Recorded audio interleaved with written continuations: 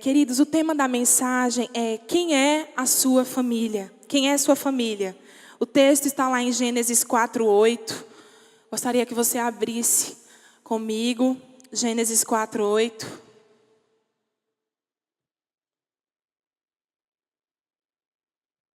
Aleluia. Nós estamos junto com a pastora fazendo as leituras, diárias. Um desafio assim muito gostoso. Eu acho que na última vez que eu ministrei eu falei sobre isso. E nós temos a oportunidade de ler aquele capítulo, mergulhar naquele capítulo. E o Senhor traz, E quando nós nos deparamos aqui em Gênesis 4, Deus queimou muito forte no meu coração nesse versículo. E Ele começou a desenvolver ali. E quando o pastor perguntou quem quer pregar no culto de domingo, eu me ofereci, e o pastor também. Você vai ministrar. Então, ele começou a derramar na minha vida sobre esse texto. Disse, porém, Caim ao seu irmão Abel: vamos para o campo. Quando estavam lá, Caim atacou seu irmão Abel e o matou. Feche seus olhos. Vamos orar? Pai, muito obrigada, Senhor, pela oportunidade que o Senhor me dá nessa manhã.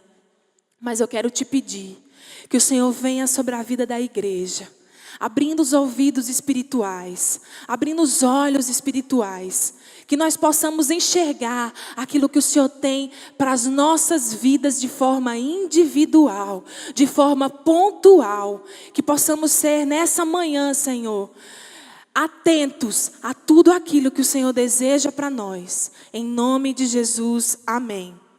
Você já parou para pensar que Satanás, ele usa as mesmas estratégias? Sempre. Ele sempre usa as mesmas estratégias. Ele coloca a família contra a família. E sabe por que ele faz isso? Sabe por que ele quer destruir os laços de sangue, de amizade, de relacionamento? Porque quando ele vê que você venceu os vícios, seja um vício de promiscuidade, bebida, cigarro. Quando ele vê que você venceu os vícios, ele te prende nos relacionamentos. Os relacionamentos é uma estratégia de Satanás para ferir a igreja, para ferir as famílias, para ferir as pessoas, para ferir vidas. Porque quando ele vê que você venceu os vícios, ele te prende nos relacionamentos. Vemos isso em várias atmosferas. No trabalho, nós nos relacionamos no trabalho. Vemos isso nos cultos, nas igrejas, nas células, nos discipulados, porque discipulado também é uma atmosfera de relacionamento. E nas famílias, nos lares, nas casas. Porque pessoas feridas, magoadas, machucadas, presas em situações, elas não evoluem, elas paralisam. E essa é uma estratégia de Satanás. O desejo de Satanás é te parar, é te ferir, é te fazer estacionar, para que você não evolua, para que você não cresça, para que você não contribua aonde Deus te colocou. Na família que você está, na igreja que você está, na célula que você está. Essa é a estratégia do inimigo. Parar as nossas vidas. Satanás vai usar pessoas para isso. Ele vai usar pessoas para ferir o nosso caráter, para ferir o nosso ego, a nossa vida. Ele vai usar as mesmas estratégias que ele usou com Caim e Abel, por exemplo.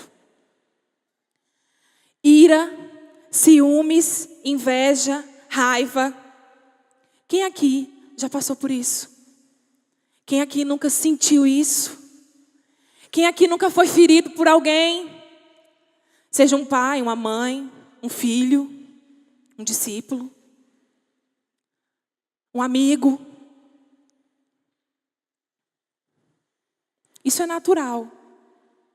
Inclusive, enquanto eu pensava sobre isso, eu me lembrei lá no começo da minha caminhada com Cristo. Eu comecei a chamar isso de pacote do novo convertido. Todo novo convertido, ele vem para a igreja E ele passa por um mix de sentimentos. Ele chora, ele entra em quebrantamento, mas a vida não muda assim, ó, num piscar de dedos. Existe um processo. E esse processo para o crescimento, para o amadurecimento, muitas vezes vai gerar dor, alegrias, né? Em alguns momentos da minha vida, eu chorei muito, outros eu ri demais. E existem processos que você olha para trás e você sorri daquilo que você viveu, não é? É um pacote. Mas só que hoje o Senhor vem falar para uma igreja madura, para uma igreja num processo de desenvolvimento mais avançado. Amém? Eu creio nisso. E desde o princípio, Satanás usa família para ferir família.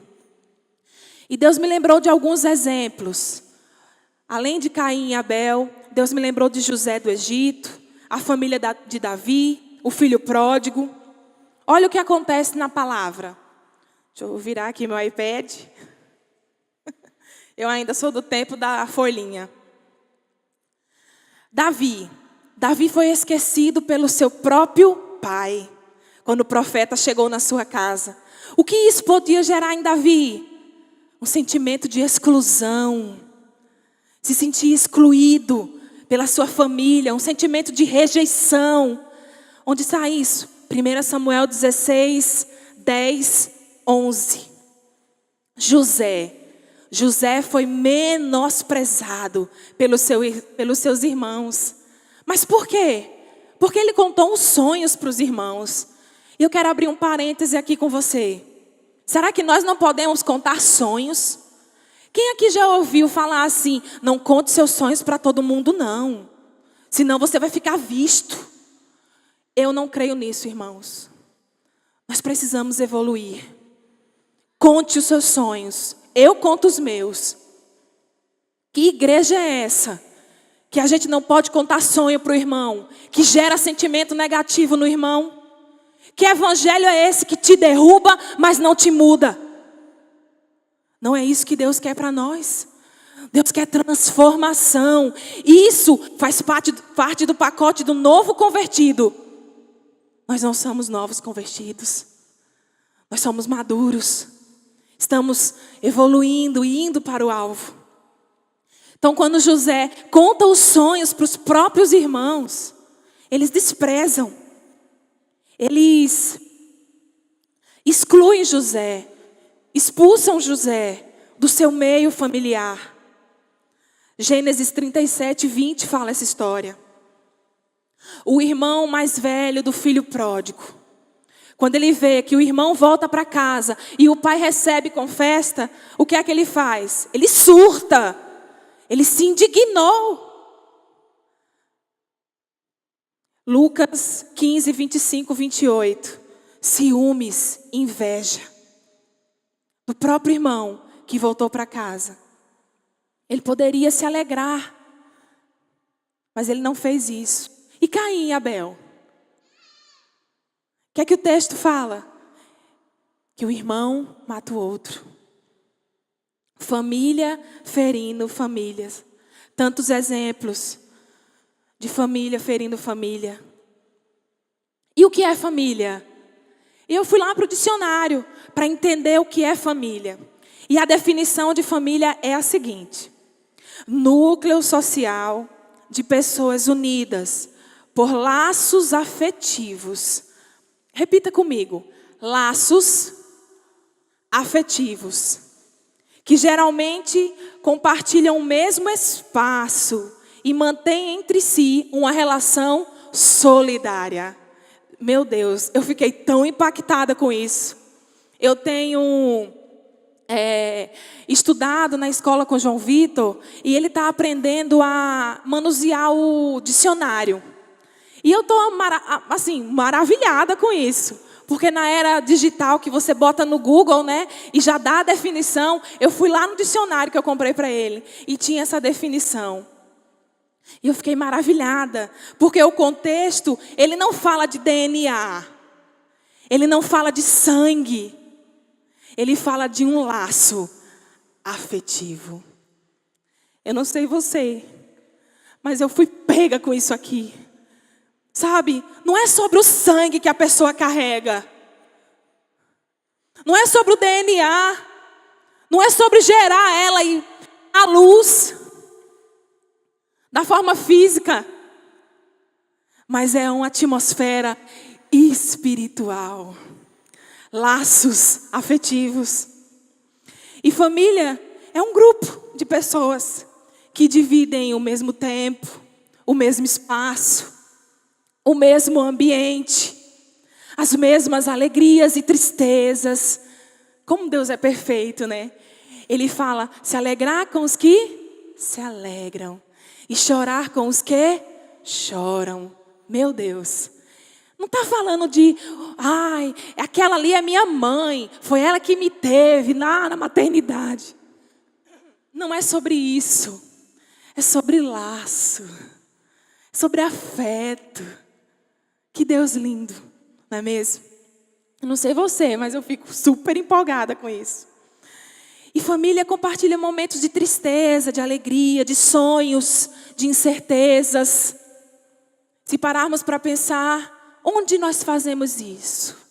Aonde nós compartilhamos os nossos laços afetivos? Dividimos o mesmo espaço, o mesmo ambiente. Em casa? Em casa? Sim. No trabalho? Sim. Na faculdade? Sim. E nas igrejas? E nas células? E nos discipulados? Esses são ambientes propícios. São locais poderosos para formarmos famílias. Assim que eu cheguei aqui em Araguaína, eu tive o privilégio de vir para essa igreja. E quando eu entrei aqui a primeira vez, eu senti uma atmosfera, eu já falei isso aqui várias vezes. Eu senti uma atmosfera de alegria muito grande. E eu achei aquele ambiente maravilhoso. Né? Eu pude me enxergar nesse contexto aqui. Eu me vi feliz aqui dentro. Então eu disse para o meu esposo, amor, é ali. Porque nós tínhamos ido em várias igrejas. Mas eu disse, amor, é ali. Vamos orar. E Deus trouxe no nosso coração que aqui era o local para a gente congregar. E aqui nós encontramos pessoas de todos os jeitos, personalidades, características, cidades diferentes, ambientes diferentes que o nosso, pessoas diferentes. Porque em uma sociedade ninguém é igual a ninguém. Deus nos fez exclusivos, da forma que nós somos. E ali, Deus foi nos aperfeiçoando, nos moldando, gerando em nós outros relacionamentos. Aqui, nós aproveitamos de pai e de mãe, porque nós éramos só. Hoje a minha mãe ora comigo, a minha irmã veio de Recife. Mas eram eu e Sérgio e João Vitor. E aqui Deus nos deu um casal que foi nossos pais. Hoje nós podemos caminhar com os pastores. Mas aqui Ele nos deu os filhos espirituais. Fomos criando relacionamentos. Sobrinhos e sobrinhas. Porque eu amo quando alguns chegam. Oi, tia Cate. Nossa, mexe tanto comigo, sabe? Eu não tenho sobrinhos ainda. Mas Deus me deu sobrinhos aqui. Tem até quem me pede a benção aqui. Benção, tia Cate. Eu acho lindo. Tio Sérgio, né, Sérgio? Aqui Deus nos deu tias e tios, avós. Ah, quantos momentos. Né? A avó da Marielle, ela é tão carinhosa comigo. Eu chamo ela de vó e ela responde. Eu peço a benção a ela, ela me abençoa. Eu sou tão apaixonada. E eu acho que ela gosta muito de médico, porque todo médico que eu vou, ela tá. E ela sempre fica papeando comigo nos consultórios, nas clínicas. E eu acho o máximo. Deus me deu família nessa igreja. Amém. E talvez você não esteja vendo isso aqui. Talvez você não esteja com olhos para ver. Mas eu quero te dizer, abra seus olhos espirituais. Veja aonde você está. Veja a família que Deus lhe deu.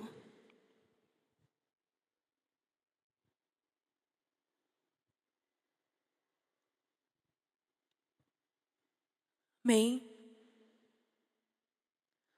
Só que em toda família existe algo que precisa ser corrigido. Existe algo que precisa ser tratado. Em toda família existe algo que precisa ser tocado, curado, restaurado. Porque as famílias não são perfeitas. E glória a Deus por isso. Sabe por quê? Porque Deus me disse algo essa semana. Eu disse, Senhor, por que nós temos tantas coisas para melhorar? E Ele disse, porque são as oportunidades que eu te dou para que você seja aperfeiçoada. E eu disse, ai meu Deus, então obrigada. Lembra que a palavra diz, em tudo dai graças? Então obrigada, Senhor, que eu preciso melhorar, que eu preciso ser moldada. Pastor Ebe fala uma coisa que me chamou muita atenção. Uma conferência que eu fui, nessa conferência em Power. A primeira vez foi lá em Fortaleza e nós fomos nela. E ele falou uma coisa muito impactante e eu gravei no meu coração. Não é o que se fala, é como se fala. Eu vou dar um exemplo para vocês com relação a isso. Se um estranho, ele me para na rua e ele me vê aqui com essa roupa aqui e ele disser assim, nossa, como você está feia. Eu vou olhar para aquele estranho e vou dizer assim, eu nem vou responder. Eu vou olhar para ele, vou imaginar, meu Deus, eu nem conheço ele. E depois eu vou rir daquela situação. Por quê? Porque eu não tenho vínculo com ele. É um estranho para mim. Talvez eu diga, Deus te abençoe, você vai se converter em nome de Jesus. Né? Talvez eu diga assim para ele. Às vezes no trânsito, eu venho com o Sérgio, aí vem aqueles carros assim, aí corta a gente fica chateado, né? Para não dizer irado. Aí eu digo, amém, vai ser uma célula na casa desse homem, em nome de Jesus. Então no máximo eu vou dizer isso. Depois eu vou dizer para Sérgio, amor, uma pessoa me viu na rua, disse que eu estava feia. Que eu sei que eu sou linda. Amém? Só que, se o meu marido me vê de manhã com essa roupa, que eu já perguntei, né? Amor, estou bonita? Tá bom, amor. Mas só que se ele disser, ixi, como tu tá feia.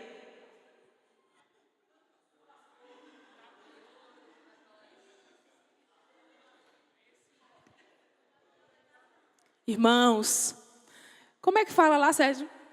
A cobra vai piar. Porque essa é a estratégia do inimigo. Ele quer te ferir nos relacionamentos. Sabe? Se a Larissa, que é a líder aqui de área, chega para mim e me fala uma coisa dura, ela me fere. Vai quebrar o nosso vínculo, relacionamento. Você está conseguindo entender? O que Satanás quer fazer é a mesma estratégia. Ele não muda. Ele não muda. Só que o Senhor nos trouxe aqui essa manhã para abrir o nosso campo de visão, para abrir os nossos olhos espirituais, para abrir a nossa mente, para que possa entrar no nosso coração a vontade de Deus, não a do inimigo. Amém? Satanás sabe quem ele pode usar para te ferir. Satanás sabe, ele não vai usar um estranho. Ele vai usar as pessoas da tua casa, do teu convívio social, dos teus laços afetivos, do teu núcleo de amigos, de célula, de discipulado.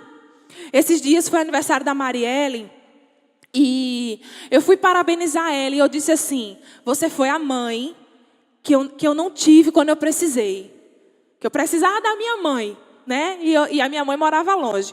Você foi a irmã que eu queria na hora de rir, de compartilhar momentos. Ela foi uma irmã. Você foi uma grande líder na minha vida. quando eu precisei de instrução, mas acima de tudo, você foi a minha discipuladora, quando ninguém tinha coragem de falar o que eu precisava mudar. Tem coisas que eu ouvi que ninguém tinha coragem de me dizer. Tinha coisas que eu ouvi que talvez uma pessoa núcleo de relacionamento não tinha coragem de me falar. Será que estamos preparados também para ouvir o que precisamos ouvir? A nossa forma de falar precisa ser lapidada. Sim, precisa. Às vezes nós temos boas intenções, mas transmitimos da forma errada. Falamos da forma errada. Como eu dei aqui o exemplo, né, com relação à roupa. Agora, eu quero te falar sobre ouvir. O ouvir faz toda a diferença também. Nós não podemos só falar o que as pessoas precisam. Podemos falar o que as pessoas precisam, mas também precisamos ter um ouvido limpo para ouvir aquilo que Deus quer para nós. Porque se eu fosse ali no meu discipulado e não absorvesse e ficasse chateada com aquilo, eu não ia evoluir, eu não ia crescer. Então, eu creio que Deus nos traz aqui para que nós possamos caminhar uma milha a mais, evoluir mais. Amém? Lá no versículo 6, o Senhor diz a Caim: por que está furioso? Por que transformou o seu rosto? Caim não se preocupa em responder. Sabe por quê? Porque seu coração já está dominado pelo ódio. No versículo anterior, eles vão fazer as ofertas ao Senhor. E o rosto de Caim se transfigura. Mas Deus dá uma oportunidade a ele. Deus faz uma pergunta a ele. E logo em seguida, ele mata o irmão. No versículo depois, Caim não se preocupa em responder, ele só se preocupa com a sua inveja, com o seu ódio. E acontece uma das coisas mais tristes. O primeiro homicídio da palavra. E eu quero te fazer uma pergunta. Como está a sua vida? Como você tem gerado vida nas pessoas? Como são as palavras que saem da tua boca? Porque sabe o que é que a Bíblia diz lá em Tiago 3, 5, 6? Abra comigo, Tiago 3. Às vezes as nossas palavras, elas destroem relacionamentos, elas acabam com estratégias do Senhor, elas frustram pessoas, elas impedem as pessoas de crescer, elas matam, elas ferem, elas frustram. Veja comigo, Tiago 3, 5, 6. Semelhantemente, a língua é um pequeno órgão do corpo, mas se vangloria de grandes coisas. Vejam como um grande bosque é incendiado por uma simples fagulha. Assim também é a língua. Assim também a língua é um fogo. É um mundo de iniquidade colocada entre os membros do nosso corpo. Contamina a pessoa por inteiro. Incendeia todo o curso de uma vida, sendo ela mesma incendiada por quem? Por onde? Pelo inferno. Meu Deus, sendo ela mesma incendiada pelo inferno. Será que estamos tendo cuidado com aquilo que sai da nossa língua? Ontem, quem estava aqui na vigília de mulheres, Larissa falou um negócio interessante. Ela disse que teve que se retirar, porque se ela fosse falar para o marido aquilo que ela queria, geraria um sentimento. Está sabendo dessa, Júnior? Geraria um sentimento. Geraria um sentimento. Então o que é que ela fez? Foi primeiro para onde? Para o pai. Derramou para o pai. E o pai disse: vai lá e fala isso. Vai lá e fala isso. Não é só você não, viu, Júnior, que passa por isso. Amém. que Deus possa nos conduzir a Ele primeiro. A Ele primeiro. Porque a sabedoria não está nas nossas atitudes, mas está em irmos para Ele primeiro. Amém? Precisamos ter cuidado. E quem não gosta de ser reconhecido, de ser elogiado, de receber palavras de afirmação, de amor, os laços afetivos, né? As pessoas dos nossos laços afetivos, elas precisam disso. Essa semana foi aniversário da minha irmã e nós estávamos com o pessoal de Recife fazendo auditoria na nossa unidade, na planta, e estávamos super corridos. Teve dia de eu chegar em casa com o Sérgio 7 horas da noite, super tarde. Nós acordamos, queridos, 5 da manhã. Aí começamos, arruma menino, e faz uma coisa e faz outra. E muito corrido mesmo. Só que eu não poderia deixar passar aquele momento, aniversário da minha irmã. Nela, depois de 8 anos longe, é o primeiro aniversário depois desse tempo que a gente passa junto. Então eu corri para organizar algo para ela, especial. E quando terminou tudo, ela ficou muito agradecida, muito. E quando terminou tudo, ela mandou uma mensagem, nós temos o grupo. Eu, ela, minha mãe e Sérgio. Grande grupo. E a vizinha está no grupo. E ela me mandou uma mensagem. Eu queria agradecer o carinho de vocês comigo. Foi o melhor aniversário de toda a minha vida. Muito obrigado. Na hora que ela mandou aquela mensagem, meu coração se encheu de gratidão e eu me lembrei das pessoas que me ajudaram. Porque eu não teria feito nada sozinha. Então eu me lembrei da Anne, que me ajudou com os doces, que me entregou telefones para eu entrar em contato com as pessoas. E das pessoas que se fizeram presente, a Netinha, a Rayane, as amigas que vieram de Recife foram. E eu saí mandando mensagens, olha, muito obrigada por você ter contribuído com esse tempo, por você ter me ajudado. Então, o que é que eu queria dizer com isso? Que quando lançamos palavras de bênção na vida de quem amamos, nossos laços familiares, faz diferença, né? Que o Senhor nessa manhã possa colocar doçura nas tuas palavras, não só para os elogios, mas também para as observações construtivas que nós precisamos fazer na vida do nosso amigo, do nosso irmão, do nosso discípulo. Família, não é só estar falando aquilo que a gente quer ouvir.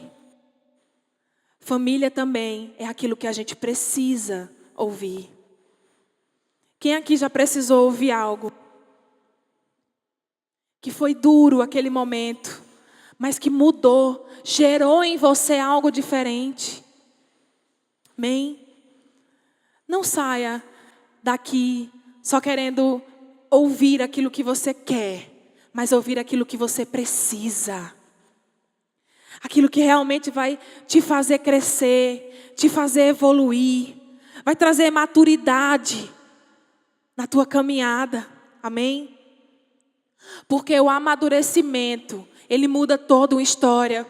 Já pensou se Abel tivesse ouvido Deus falando? Por que está furioso, Abel? Por que mudou o seu rosto, Abel? Ali não era o momento dele se enfurecer. Sabe por quê? Porque a gente não vai controlar, mas a gente pode ter domínio. Nós temos domínio, a Bíblia fala isso. Que nós temos domínio sobre o Espírito, sobre as nossas vontades. Lá em Mateus, Jesus diz que eu te dei autoridade para pisar onde? Na cabeça da serpente e do escorpião. E o que é que muitas vezes nós fazemos? Nós deixamos ser picados. Pela ira. Pela raiva. Pela inveja. Vai lá, pica. Morde. Só que a autoridade, está em quem? Será que precisa vir um anjo do céu? Eis que te digo que tu tens autoridade. Nós temos autoridade. O Senhor nos deu. O Senhor nos deu. Era um momento de Abel. Era um momento de... Vem, amor. Era um momento de Caim ter pensado: epa, é uma oportunidade. Sabe uma coisa que Deus me disse? Aproveite as oportunidades. Aproveite. Na hora da raiva, esses dias eu estava muito chateada em casa. Muito. E lá vai eu para o exercício do... Você fala... Quem tem menina aqui sabe. Você tem que falar às vezes 10, 15 vezes. Aí eu chamei... Vem cá. Presta atenção. Falar só uma vez. Ok?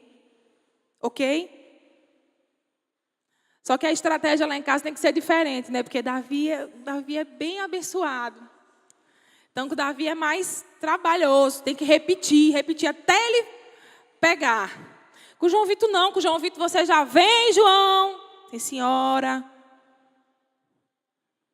Então, vem cá, Davi. Eu vou te corrigir. Não é para fazer assim. Ouviu? Ouvi, mamãe. E ele fez de novo. Aí, de novo. De novo. Então, muitas vezes, nós vamos precisar ouvir de Deus.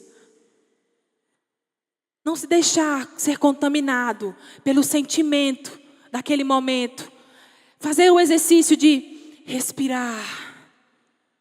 Pensar naquilo que Deus já te entregou. Ele já te entregou a vitória. Ele já te entregou toda a atmosfera de bênção. Precisamos desfrutar. E acima de tudo, Colossenses 3,14 diz: tenham amor, pois o amor une perfeitamente todas as coisas. O amor une perfeitamente todas as coisas. E eu te convido, se coloque de pé.